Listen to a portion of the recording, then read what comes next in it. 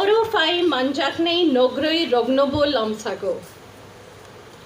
Ano opandao rigmani bagai hambai afuro. Angbo kha tongthoka. जोतनो Gandhi ji और लाल बहादुर शास्त्री जी नी तोंगथोक अचाइमनी सालाओ चिबाई याफुरो. Good evening to all. मेरे लिए अभी कॉकबोरोक 50% समझ का है और 50% बोलने का है. इस कोविड ने मेरे टीचर को भी छीन लिया और मेरे कॉकबोरोक के लर्निंग प्रोसेस पे भी थोड़ा सा विराम चिन्ह स्टॉप लगा दिया. लेकिन I know that with the help of all of you, because the motivation I'll take from all of you will always help me to learn better, improve myself and being part of you. And मैं आप सबसे ये बोलना चाहती हूँ कि आज यहाँ पे मुझे बुलाया गया है, मुझे बोलने का अवसर मिला है और इस सभागार में ऑलमोस्ट 80% जो मुझे दिख रहा है 80% वो यंगस्टर्स हैं. Very young, very talented, future and youth of my country. हमारे पास ना बहुत सारी होप्स हैं क्योंकि मैं आपकी मदर हूँ, आपकी सिस्टर हूँ. आप मेरे लिए मेरे बच्चों जैसे हो, मेरे भाई जैसे हो, बहन जैसे हो, ब्रदर हो, सिस्टर हो. I have a lot of hopes and मैंने ना बहुत हाई स्टैंडर्ड सेट कर दिया आप सबके लिए. बट आज मुझे ये देख के बहुत खुशी हुआ है, बहुत खुशी. यकीन मानिए कि यहाँ पे जो बच्चियाँ हैं, जो सारी यंग बच्चियाँ आई हैं, उन्होंने अपनी ट्रेडिशनल अटायर को पहना है. अपनी रीशा और रिगनई को आज रिस्पेक्ट ही नहीं दिया, उसको इतनी ग्रेसफुली कैरी किया है. And I am really proud all of you.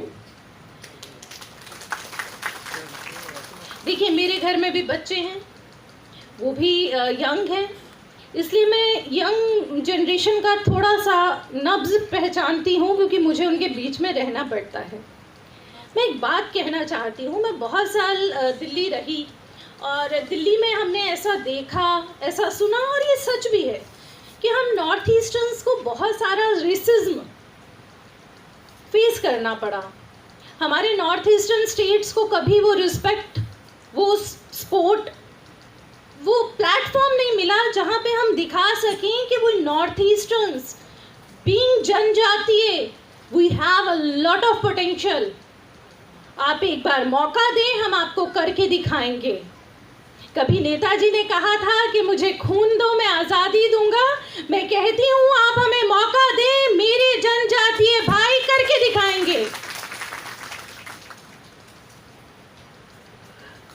अब जब मेरे बच्चे त्रिपुरा में आ गए, शिफ्ट हो गए, इतने साल से दिल्ली में थे, तो बहुत सी बातें होती थी अमेरिका, यूरोप की और वहाँ के कल्चर की. और जब वो त्रिपुरा में शिफ्ट हो गए, 2 साल वो यहाँ थे, अब वापस दिल्ली चले गए,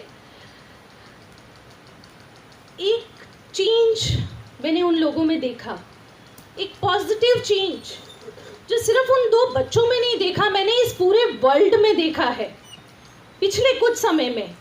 वो क्या है? वो ये है कि मेरे बच्चे, मेरी बेटी BTS फैन है, ब्लैक पिंक फैन हो गई है और मेरा बेटा जापानीज एनिमे का फैन हो गया है. And all credit goes to my Tripura and my north eastern purely जनजाति brothers and sister, that they are so influenced by this culture, the faces, the hereditary we have, the legacy we have, and the whole world now talk about BTS. Why I am giving example of BTS? क्योंकि BTS के facial expressions हमारे जैसे हैं, हम north eastern जैसे हैं. मैंने अभी कुछ दिन पहले ही जैस्मिन से बात हो रहा था तो उसे यही कहा कि हम क्यों कहें कि हम चाइनीज़ जैसे दिखते हैं. This is such a bad comment. हम कहेंगे कि चाइनीज़ हमारे नॉर्थ ईस्टर्न जैसे दिखते हैं.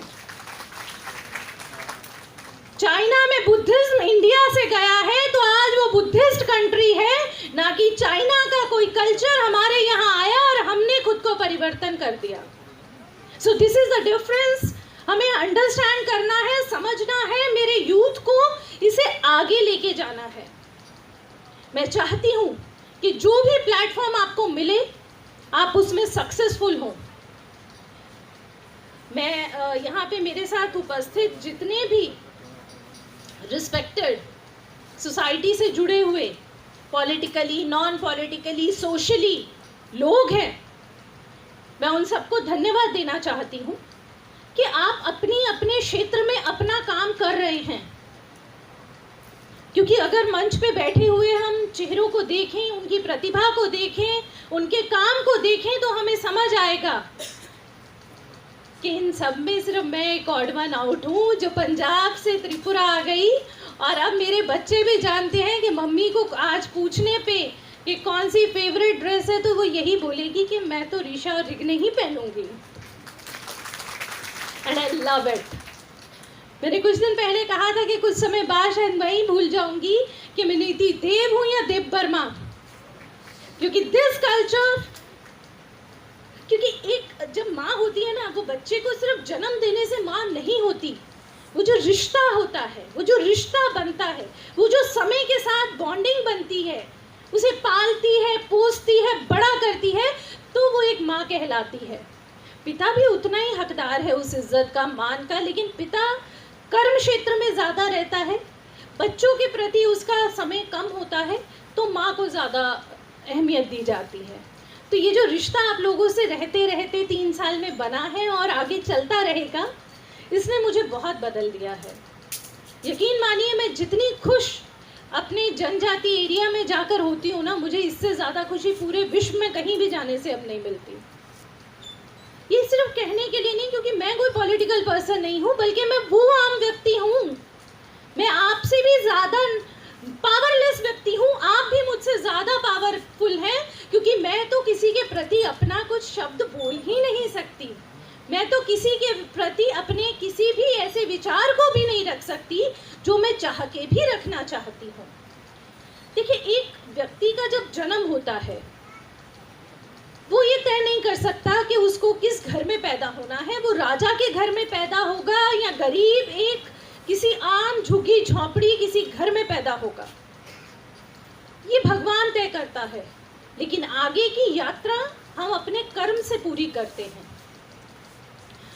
कुछ दिन पहले मेरा मिलना हुआ नरेंद्र देव वर्मा जी से, जो जौरानी खरांग, which means voice of time, आज की आवाज़, आज के जो टाइम है उसको जिस आवाज़ की ज़रूरत है वो कहलाता है। मैंने उनसे कहा कि अपनी कुछ कब्रों आपकी जो पसंदीदा कुछ कविताएं हैं वो मुझसे शेयर करिए। मैं आप लोगों से सच में कहना चाहती हूँ, उन्होंने अपनी लिखी हुई 2 कब्रों की कविताओं को मुझे अनुवाद करके हिंदी में बताया और मेरे रोंगटे खड़े हो गए। I feel so thrilled. शायद और थोड़ा वो उसको एक्सप्लेन करते तो शायद मेरी आंखों में आंसू आ जाते। तो सिर्फ लैंग्वेज की लिमिटेशन की वजह से, सिर्फ इसलिए कि कॉकब्रुक सबके लिए परिचित नहीं है, हम लोग शायद उतना समझ में नहीं पाते कि कितना दर्द, कितना डेप्थ, कितना इमोशंस जुड़ा हुआ है हमारे जनजातीय भाई बहनों के इमोशन से।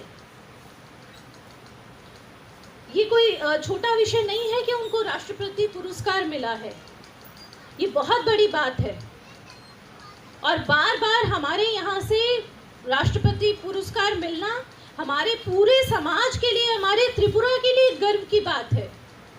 और उन्होंने मुझे एक अपना बहुत सुंदर सा वो शेयर किया अपना, कि वो स्टोरी टेलिंग करना चाहते हैं।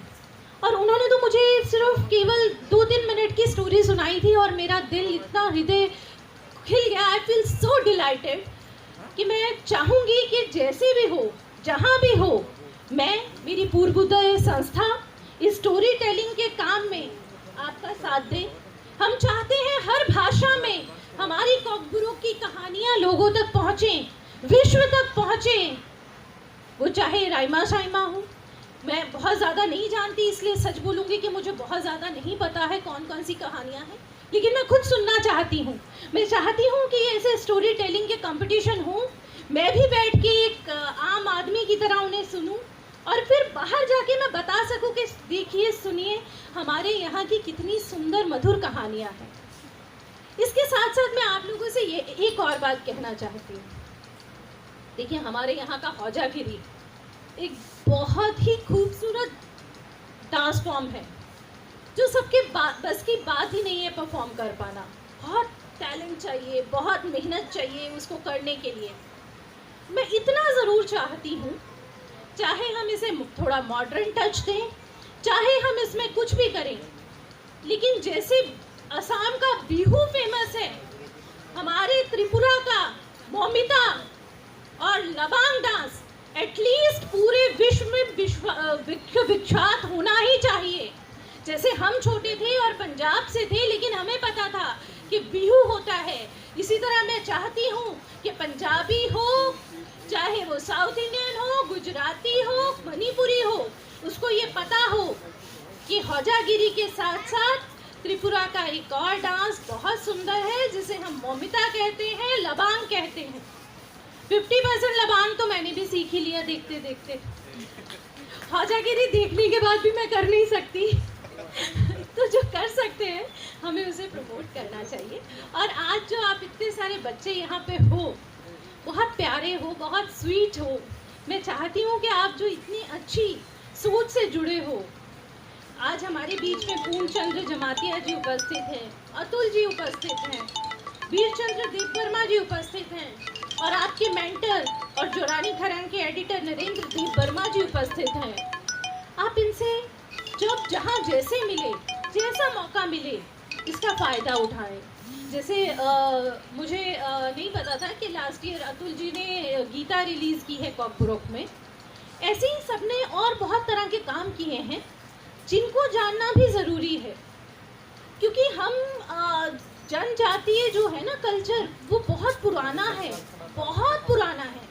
जैसे हम जानते हैं हमारे यहाँ जो राज परिवार है, one of the oldest dynasty in a world में ओल्डेस्ट डायनेस्टी होना अपने आप में बहुत बड़ा मान रखता है। इसी तरह जब डायनेस्टी इतनी ओल्ड है तो डेफिनेटली उसके साथ जुड़े हुए बहुत कल्चरल, बहुत स्पिरिचुअल, बहुत सी ऐसी, जैसे हमारा गोरिया है, ये कोई रिलीजियस बेस्ड नहीं है, ये हमारे कल्चर में है, ये कल्चर बेस्ड है। इसको जानना समझना हमारा बहुत ज़रूरी है।